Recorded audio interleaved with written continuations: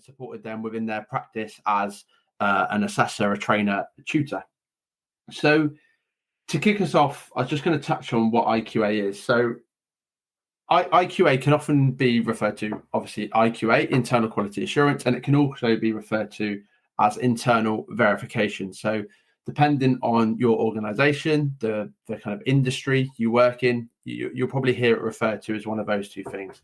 I tend to find that internal verification quite common across schools and kind of colleges, where IQA is probably a bit more of a wider term for the training and lifelong learning sector, tends to be a common trend. But IQA in education refers to, I suppose, a range of processes and procedures that are designed to support the institution, so the school, the college, the training provider, in meeting the demands for quality within that sector.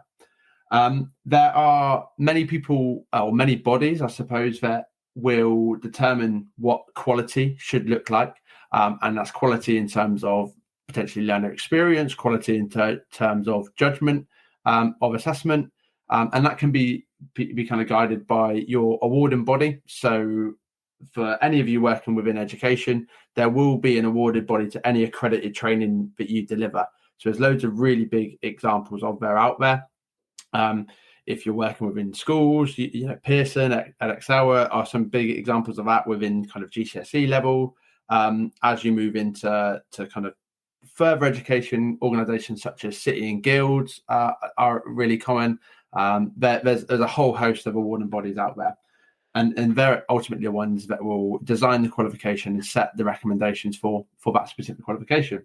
And then, of course, you've got two of the kind of biggies that everybody probably has come across so far in their careers, and that's Ofsted, which is the Office for Standards of Education and Training, and also Ofqual, which away from Ofsted are about the kind of education side of more vocational training outside of kind of schools and mainstream educational providers. Within IQA, you'll go through the kind of whole sequence really of monitoring student performance, evaluating the centre staff, and assessing the effectiveness of all the programs that you delivered.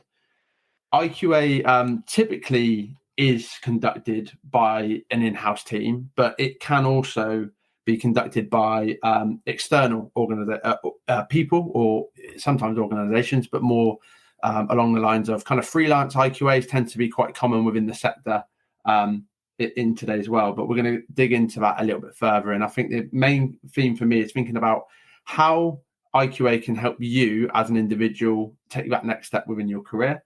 But also, how is it going to help your organisation to take the next steps, within your development plan of the business of the organisation?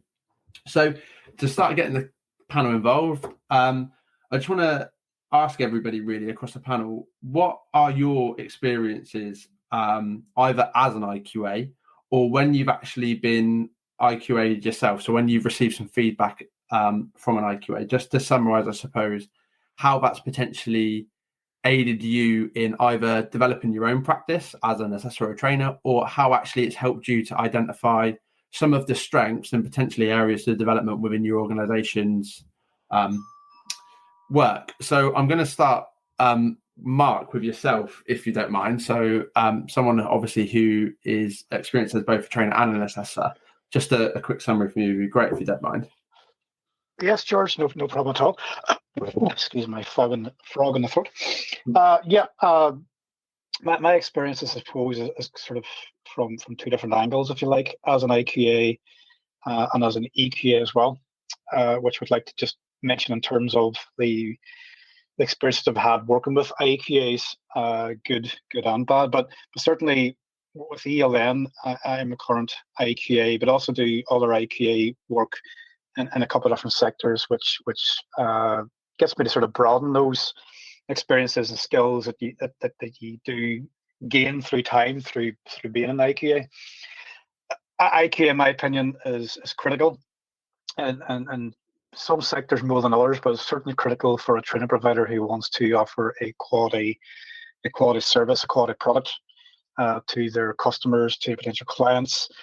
Because what it is it ensures a culture of continuous improvement exists within the training organisation, and it's a fail-safe, not 100% all the time, but certainly it's better there than not being there.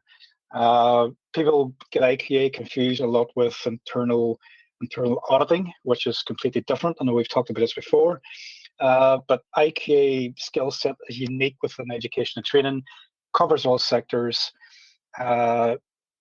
You're not always going to get things right as an IQA, one thing I will say.